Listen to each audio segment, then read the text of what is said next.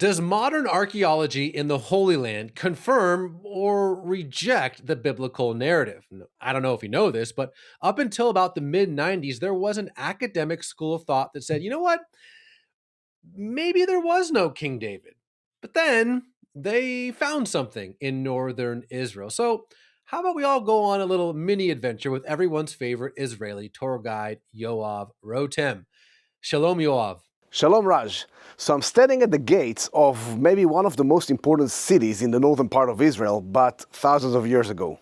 This is the city of ancient Dan, D-A-N. To remind everyone, you can read about it in the book of Joshua and also in Judges, Joshua 19, the Danites are actually moving from the coastal plain and they take over a city named Leshem and they settle here in the northern part of Israel where the border, close to the border with Lebanon of today. Later on, we read in the book of Kings, actually about Jeroboam, right after the death of Solomon, the big split between Judah and Israel here in the north. Jeroboam is the king, and he's put over here, he settles over here, a golden calf in a cultic place, a high place, and this will be, one actually settles in Dan, one he settles in Bethel. This is where I'm standing. All right, Yoav, you've set the scene. Now, tell us about the miraculous discovery of the Tel Dan Stele. So Raj, I know it's one of your favorite findings in the land. Basically what they're finding here right outside of the gate, at the last day of the season of 1993 excavation here in Dan, they're finding a piece, 1 out of 3 that we'll find, 2 more will be found later. They find a piece of inscription written on basalt rock, very clear writing in Aramaic, which is super interesting. Because what we have here are names and stories that we know from the Bible. We know that the guy who wrote it is the king of Aram, Hazael, who's basically telling us that he is the one responsible for the death of 2 figures, 2 kings. One, the king of Israel, which is mentioned, Joram, the king of Israel, in the inscription. But then he tells us about another king that is parallel to Joram, the king of Judah, Isaiah, Ahaziah. And he says that he killed him, and he doesn't say the king of Judah. He says, from the house of David, mi Bet David. Bet David, the house of David. This is so exciting, this finding. It's just so amazing. Because up until about 200 years ago, if you approached someone, a Bible believer, and said, hey, prove to me archaeologically that these people existed, you couldn't. And you're talking about, Jesus 2,000 years ago, let alone 3,000 years ago with King David. And here you have, and that I just love the way God does this, because it seems like almost every archaeological discovery that validates the Bible, whether it's the Black Obelisk of Shalmaneser or the prisons of Sennacherib or whatever it might be, it's all of these, the Menafta Stele, it's all of these enemies of ancient Israel bragging about their defeat of Israel and Judah that now validate the existence of these people.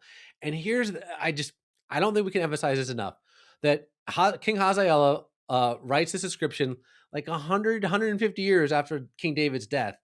And he says, not Judah, but Beit David. So not only in an instant is the existence of King David validated historically, but you also have proof that around the Middle East, it was known that this kingdom, this powerful kingdom, this expansive kingdom was the house of David. And sometimes I don't think we need our faith validated, but what just an exciting find. The more science and doubters like, no. God's like, okay, stop it. Dig over there. And here you have it in an instant.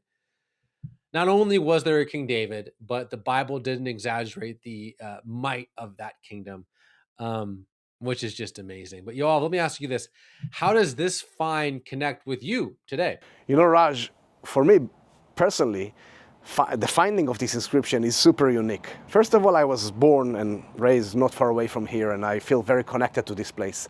But moreover, finding the house of David, this name, the ancient kingdom of Judah, and approve for it is super exciting for us. You know, our nation and our country are based on the Bible. The reason why we are so connected to here, and these are our roots over here.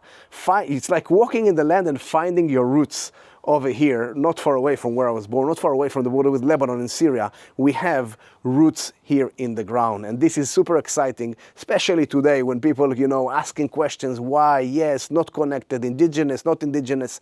You know, for so many years, my ancestors were dreaming of coming back to here. Today, we have a strong Jewish state over here. And this is part of our heritage in the ground, part of our roots.